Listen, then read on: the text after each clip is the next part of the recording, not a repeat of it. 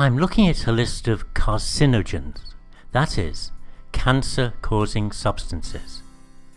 I'm interested in learning what sort of things can cause cancer, according to our medical researchers.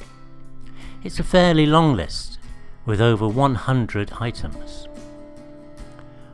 What I've noticed about these items is that the majority are things that can adversely affect the immune system. This is a vast army of organisms within our bodies that keep us healthy by attacking, invading unfriendly parasites and bacteria, killing them or ousting them from the body, or, in some cases, sealing off the invaders so they can do no further harm. Ethanol and formaldehyde, for example, are chemicals which can adversely affect the immune system, but they cannot directly cause cancer. The same is true of radiation and tobacco. Cancer is a disease where organisms are breaking down the flesh and organs. Attempting to burn out or cut out the cancer, or using chemicals to attack the cancer parasites, is of little use if you continue to take more cancer organisms into your body. In fact, there is only one item on that list that I would say is a true cancer-causing substance, one that directly causes the disease, and that substance is processed meat. And now I'm going to tell you exactly how it does this. I have in front of me some meat from my local supermarket. It's prime steak from a cow which was bred purely for the purpose of providing us with food. If I don't keep the meat in the refrigerator, it will begin to rot. Microscopic organisms within the meat will break down the flesh so it can return to the soil. This is a very natural process and occurs to all animals after death, including humans. We are animals, after all. Now these organisms within the meat, which I'll call parasites, were part of the cow's immune system whilst it was alive, and they received instructions from the cow's brain. They protected the animal from disease and helped to maintain its body in tip-top condition. But at the moment of death, the parasites reverted to a default program, which was break down flesh. It is not the atmosphere that rots dead animals. It's the parasites within its flesh that do that, although the atmosphere can speed up or slow down the process. These animal parasites cannot harm you in any way, provided you do not eat them. But if you do consume them, they can cause cancer, heart disease, liver disease, and many other diseases. Now I know what you're thinking. You keep all your meat in the refrigerator and cook it as soon as you take it out. So no problem, right? Wrong. Refrigeration and cooking do not destroy these organisms. Refrigeration slows down the process of decay, as does cooking. The only way to kill these animal organisms is by completely destroying the piece of meat, and then you'll have nothing left to eat, of course. Once inside your body, these animal parasites continue to follow their program of breaking down flesh.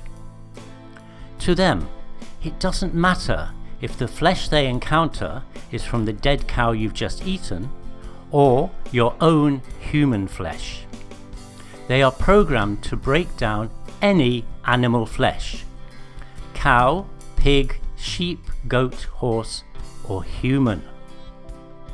If it wasn't for the fact that we all have immune systems, huge armies of host parasites which protect us from disease and illness by attacking alien organisms, you could be eaten alive within a few weeks.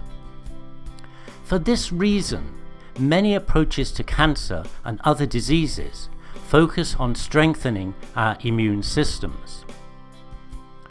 Whilst this is a good approach, eventually, through many years of animal eating, these alien parasites will build up in one area of the body and could even outnumber your own host organisms in that area.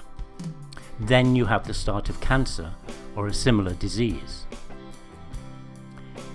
In the natural order of things, we would not consume animals as food. We would instinctively know that they are not food for us humans.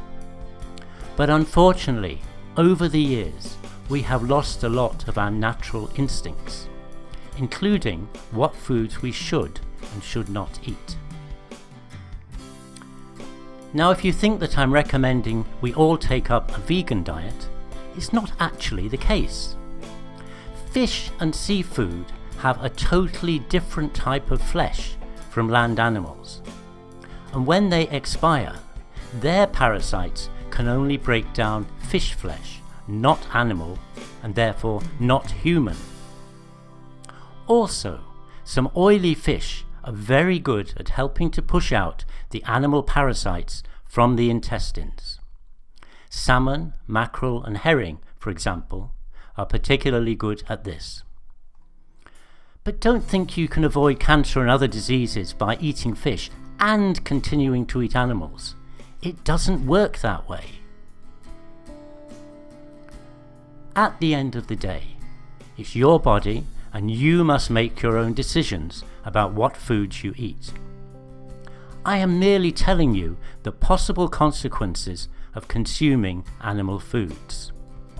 And note this: when you look into how animals are treated in order to provide you with food, particularly in factory farms, it is not pretty. You could go some way to ending that for good by not consuming meat or animal produce. To quote author Dorothy Fosbrook, who was a great inspiration in my life in so many ways, cancer is a means of retaliation for having taken the life of that which nurtured the parasites, and whether you were the direct cause of the death of, or only the consumer of, the animal flesh, you pay the price. In a natural world, we would not have diseases such as cancer. They have only come about because of the lifestyles we indulge in. And these diseases can go away as quickly as they came if we change the way we think and the way we eat. The natural foods for man are the following: fish, seafood, vegetables, fruit, pulses, grains, such as wheat, rice, oats, barley, and soy. In today's world, we also have so many animal food substitutes: fake meats, gluten, plant milks, non-dairy cheese, yogurt, and ice cream, and many other soy protein products. Thank you for listening.